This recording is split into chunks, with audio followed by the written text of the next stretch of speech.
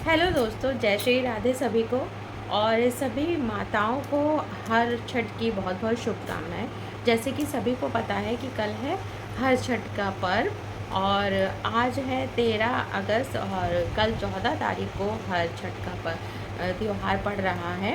और आज की इस वीडियो में मैं आप सबको ये क्लियर करने जा रही हूँ कि क्या हर छठ का व्रत जिन माताओं के पुत्र नहीं है या फिर संतान नहीं है वो भी रख सकती हैं या नहीं।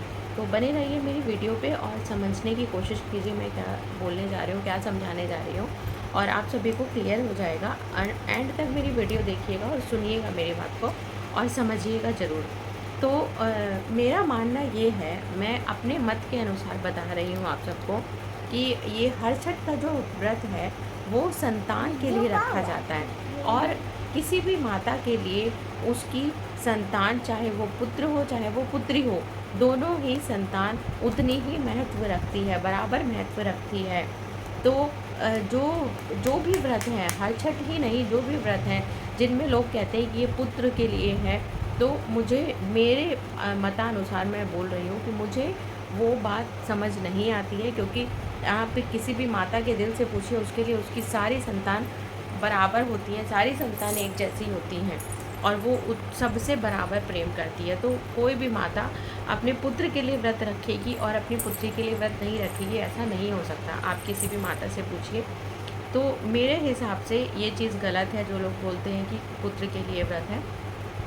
होता ये है कि बोलना ये चाहिए कि संतान के लिए ये व्रत है, संतान की लंबी आयु के लिए, संतान के स्वास्थ्य के लिए और संतान की शुभ कामना के लिए ये व्रत है।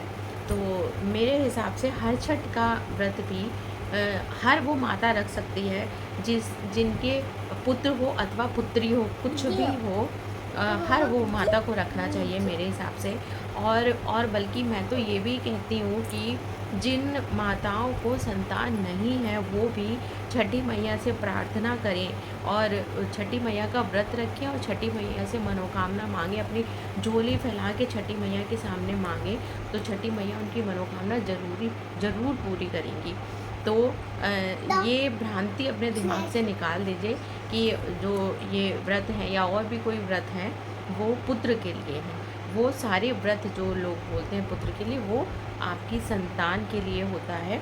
और उसमें किसी भी तरह का कोई भी विचार विमर्श किसी से या फिर अपने मन में एक वहम पालने का कोई मतलब नहीं बनता है। आपकी इच्छा है और आपके पुत्र नहीं हैं और आपको उस व्रत को रहने की इच्छा है, तो आप उस व्रत को रह सकती हैं जैसे कि मैंने रखा है। मैं अपने लिए बता रही हूँ कि मेरे पास भी पुत्र नहीं है और पुत्रियाँ हैं और मैं खुशी खुशी छठी मैया का व्रत रखती हूँ। इसीलिए मैं मेरे मन में विचार है क्यों ना मैं उन माताओं को भी थोड़ा प्रोत्साहित करूँ जो चाहती हैं ये व्रत रखना, लेकिन मन में एक वहम आता है कि पुत्र नहीं है तो कैसे रखें।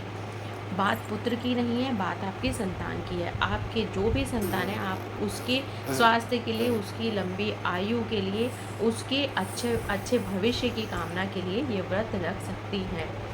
तो आप सबसे मेरी प्रार्थना है और ये वीडियो बनाने का मेरा मकसद भी यही था कि जिन भी माताओं को ये व्रत रखने की या ऐसे कोई भी व्रत रखने की इच्छा है जो कि लोग बोलते हैं पुत्रों के लिए है, तो वो बिना किसी मन में विचार लाए, कोई भी बिना विचार लाए बिना उस व्रत को शुरू कर सकती हैं और व्रत को रख सकती हैं अपने संतान के लिए, संतान के सुख के लिए, संतान की लंबी आयु के लिए, संतान के अच्छे उज्जवल भविष्य के लिए। तो आई होप आप सबको मेरी ये बात कुछ तो समझ आई होगी। मैं कोई बहुत बड़ी ज्ञानी नहीं हूँ, लेकिन जितना मुझे मेरी समझ है, अपनी समझ से मैंने बोला है। आप भी उसी श्रद्धा भाव से ये व्रत शुरू कर सकती हैं और रख सकती हैं। धन्यवाद। जय श्री राधे।